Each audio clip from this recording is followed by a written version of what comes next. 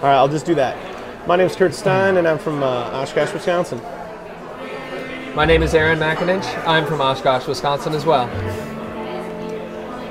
Music is everything to me. It's my lifestyle and my religion and everything that I like to do.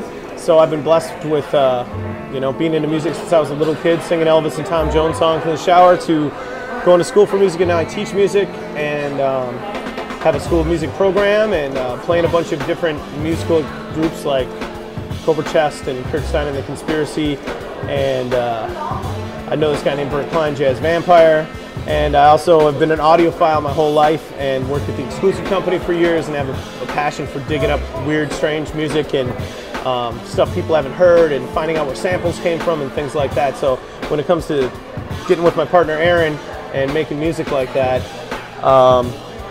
it's fun. We do this at home without doing it anywhere, so it's fun to do it in front of people and turn people on to new music. I always grew up in a musical family. My mother was a pastoral musician. I was classically trained as an opera singer when I was younger. I went to the Wausau Conservatory of Music. I was always digging through my parents' record collection. They liked a lot of stuff from the 60s, like Beach Boys and Beatles and Led Zeppelin and stuff like that. So I always knocked around with their record collection. When I was younger, especially in the 80s and the 90s, Yo MTV Raps was on at like 4 or 5 o'clock in the afternoon, so I'd run home from school, watch Yo MTV Raps, and then Headbangers Ball was on always on Fridays and Saturdays, so I'd stay up and watch that. So I always kind of like different styles of music, and as time progressed, as I got into like the rave scene back in the 90s, a lot of my friends were DJs, and I just eventually got into it. Strictly drum and bass at first, but then I just found the love for the broken beat, different samples from everywhere, and I was strictly just drum and bass DJ, but then I just kind of like moved into every other forms of music that I love. So records are so versatile. You can go through different styles and cut them up and sample from different styles and make them your own. That's what I love about DJing. Yeah. I first, I had a Michael Jackson record player with like Michael Jackson with the tiger, like when he's laying with the tiger, that I eventually cut up with a knife and carved his eyes out and stuff. But the first record that I ever remember owning myself was the 45 of Weird Al's Eat It that my dad like brought me and said, "Hey, you should listen to this record." And I listened to it. So one of the first things I remember doing was dicking around on my Michael Jackson record player and trying to mess with Beat It, like trying to scratch on it and do different things like that because I could do whatever I wanted. And that's one of the first times I ever did that. But otherwise, playing with records is so nice that you can touch them and it feels natural and it feels like you can understand how the grooves work and understand where the beats come in. And if you can count, you can play records, you know. And you gotta a DJ's only as good as his records, so you gotta know what to listen to. It's kind of ironic because my first record my dad ever gave me was a copy of Weird Al's Eat It as well. Oh boy! Isn't that crazy?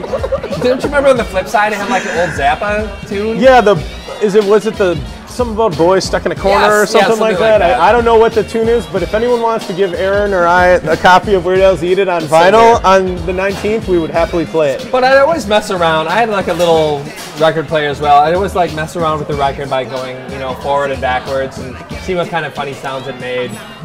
And I'd always collect records here and there, like go down to Goodwill or in the mall when they still sell records, I always bought records there, and as I grew up in town, all my friends were DJs starting in the 90s once again.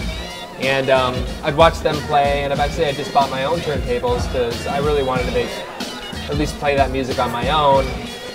And I just learned how to mix, practice like 4 to 6 hours a day as soon as I came home from work. Eventually got my first turntables probably in the year 99, 2000, and just banged it out every day, and eventually got comfortable with beat matching so I can match different types of music, and it's just been on ever since. So. And the two of us actually met, through our love of music, just on the scene, running into people and different DJ. Back in the day, Oshkosh, when we were in college, at first there was a breakdancing crew, there was a bunch of guys who'd MC, there was a bunch of DJs. RF Butter. Yeah. You know, whole functions crew. Yeah. It was a pretty big DJ contingency in Oshkosh, you know, back in the 2000s. It was pretty good. Yeah, that was a fun time, but that's how Aaron and I got to meet and had a kindred love of everything from show tunes to Glenn Danzig and you know, Jesus Lizard, noise music, funk records, old hip hop, you know. So we've been super tight ever since then. And the Gentlemen DJs idea came from the idea that, you know, a lot of people are forced to play to the crowd or play modern things that they want to or try too hard. Aaron and I just simply like to bring some stuff that we know can move the crowd. I play for him and he plays for me. I just play for myself. Yeah, I mean, he's so selfish, he plays for himself while I'm playing for him. And well, on those nights that we play together, we like to keep it fun, interesting, you know, a lot of deep cuts that people don't really hear. But the groove's so tight. Yeah, you'll like it anyway because the groove's so tight. Or classic things that people are like, oh, I can't believe you have that on vinyl. Or, you know, and at this show, we're going to be using a mix of Serato and vinyl a little bit. Mm-hmm. So, but plan on the cuts being deeper then. And actually, a friend of mine is going to be playing a little bit with us that night, DJ Hawken. Kalen Booznith, I think his name is. Yeah. Is that how you say his last name? I can't remember if you watch this video. But he plays a lot of like down-tempo, bassier, like DJ Shadow kind of stuff. So him and I could play off, and we'll Kurt and I will do our own thing too. But it's nice to bring in especially the younger crowd. The youths. Bring in the youths. Yeah, I mean, get them exposed to what real DJing is, because, you know, DJing has definitely changed from what it used to be. Now it's like just pressing buttons. And the idea of being able to rock a crowd in, I mean, even, you know, we're in Oshkosh and sometimes crowds aren't what we wish they could, but Aaron and I always dream that we're playing like some 80s party in the Bronx or something like that, where we get to play cool stuff, because those DJs and, you know, breakdancing and the whole culture of all that hip-hop stuff came from people, you know, feeling the crowd and playing what they felt the crowd needed to hear at that time. You know what I mean? And mixing and cutting records and sitting on breaks for a while so that people would dance. And nothing makes us happier than when, oh, I didn't realize that song was going to be the song that got people up dancing. Yeah. And then once you get them, it's like, how do you keep them there? Like, I better find something else that doesn't make everyone sit down, you know. And then that's, you know, you got to think on the fly. It's fun. Oh yeah. For DJing at home alone is fun, whether and I like to collect old stuff, so I have an old 70s turntable of my dad's. It's really awesome, and I have this really cool console turntable in my bedroom that was my grandma's on my other side of the family that, you know, I can stack 6 records on. It has a changer. It's awesome. So for me, I like making mixes at home, listening to my own stuff, and just playing stuff for fun. But then it's cool to pack a couple bags and be like, I will listen to this tune this week and I like this one, and oh man, this connects to this somehow. And I don't ever really plan sets out record by record. I just plan out chunks of what I think might work together and then try to flip-flop between the sets. So that's a big thing to put together. And it's always, you always forget the one record you wanted at that time too. Every time it's like, I wish I had that one. But that's the cool thing about not using digital stuff sometimes is, hey, we don't have it, you know? We can't play it. We had to carry these down here, you know? I just like the fact that my favorite part about DJing for a crowd is playing the cuts that people don't think they know, but they know. You know, getting them up and dancing, keeping the momentum going.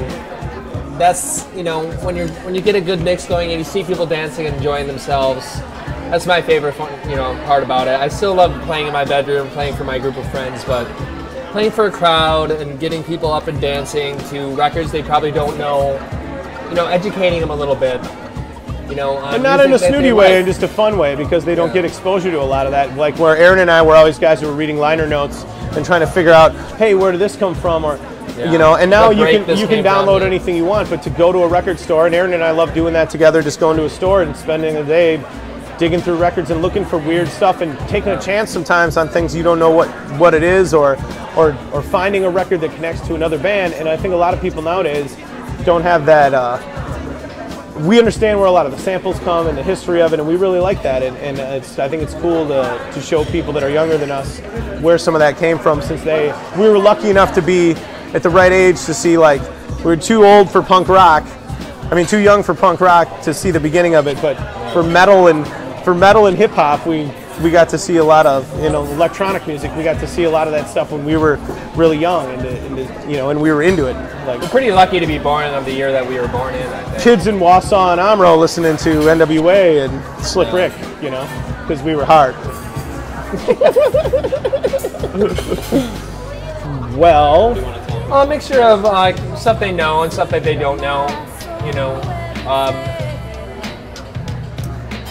You know, I just like to get everybody up and dancing. Hopefully, hopefully a good crowd comes down. I'm sure they will. We had a pretty good crowd the last time we played. It was really fun. It was really awesome. Fun. Now we love playing for, you know, intimate venues like this, and it's good to bring out the public, even though they probably think of DJing as like something, you know, as a guy in front of a, you know, clubbish kind of thing. Yeah, clubbish thing. And that's what the Gentlemen DJ thing again is like. That here's what you're gonna get on the 19th. We're gonna have, you know, the first hour is gonna give you some tasty music to digest your beautiful Manila appetizers and sushi too, and play some cuts that, you know, make you think and are fun to listen to, and some rare stuff. And I have an old jazz collection, so I like to bring out some really fun music that people don't usually hear, and then we'll spin it into stuff that are gonna make people dance. And I'll be playing. That's our plan. I'm sorry about that. Oh, don't cut me off. I'm not hurt at all, buddy. I'll be playing like a lot of old hip hop, a lot of down tempo stuff. Kayla and I will probably play a bunch of like light bassier, like DJ Shadowy kind of stuff. Moving into like quartet, you know, a lot of like kind of abstract electronic music, but, you know, still keep it funky and easier to dance to, you know. And I'm gonna definitely do a classic reggae set, like a reggae dub set, and probably a lot of old school hip hop, and definitely gonna keep it weird with some weird stuff. Come to Manila. Come to Manila. It's gonna be a great time. You won't regret it. Lots of good people here, good drinks, good food. Love the staff. Love Marlowe. Yeah. You know, you gotta love Marlowe. Right downtown. I mean, it's a good time. And we spin 9 to midnight, and we'll go longer if there's people here. So bring your posse down, and it's a great night for music and classy atmosphere with some classy people. Yeah. Come visit Hecubus and Kurtez, the Gentlemen DJs. Word to your mother. Good to me. No, cut the word to your mother. I do not want that in there.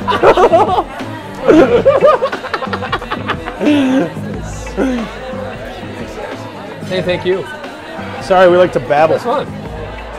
I could have went on for another hour. Do it again. I'd love to do it again.